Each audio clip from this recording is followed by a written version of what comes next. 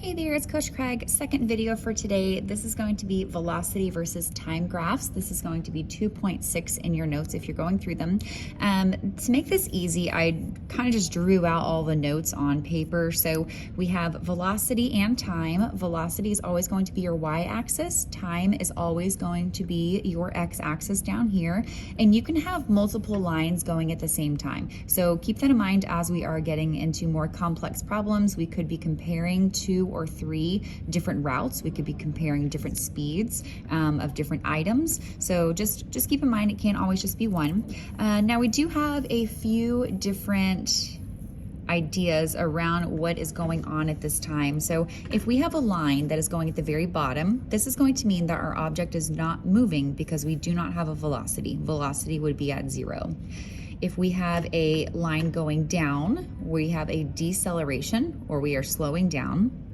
If we have a line going up, that means that the object is getting faster or it's accelerating. And then if we have a line anywhere above the bottom line, which would be 0, and it is straight across, that means the object is moving at a constant velocity. So if you have your cruise control on your vehicle on 15, then that is going to be your constant velocity.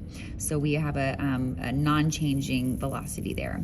So let's go ahead and scroll down just a little bit. We have a couple things to look at here. We can have different angles of lines. So if we have a gradual line, that's going to be a low acceleration. If we have a steep line up or down, that is going to be a high acceleration. Now let's look at a few examples that I have drawn out on here. So we're gonna say that we are going on a road trip, okay? And I have already made all the points for us all the way down. So A, B, C, D, E, F, and G at the back end here. And the first thing I want you to do is if you get a graph that already has points on there, I want you to draw lines down and across so that we can get the correct numbers. Oftentimes I'll see somebody do a line, it'll go straight down and we're completely off on our numbers, then our answers will be incorrect.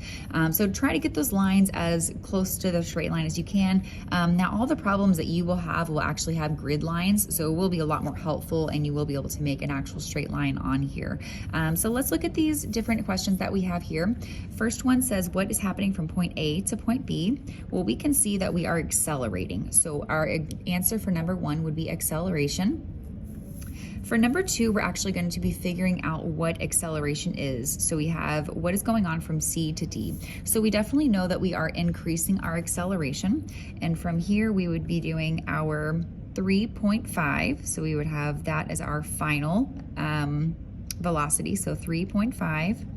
And we would subtract 2, which would be our initial velocity. So starting point, ending point. We have our final velocity minus our initial velocity. So when we subtract these, we're going to get 1.5. And then we need to look at our time. Well, we're going from 4-minute marker to 5-minute marker. So when we would subtract those, we would just get 1. Now, because these numbers are going to be up and down from each other, we're going to divide those two numbers. So we would end up getting a 1.5 for our acceleration, and we need to look at what type of label we're going to have for this. So when we look back over at our velocity, it already has kilometers per minute. So we would have 1.5 kilometers per minute. And from here, we would have our square. So our square.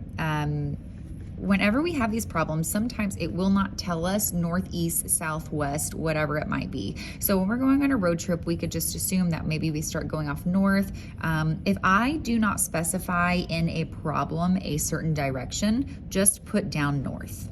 Okay, more than likely I will have it in there somewhere. I will have a worded problem with this to accompany it. But if I don't have one, just go ahead and assume that we are going to be going north. Okay, if you have any questions, let me know.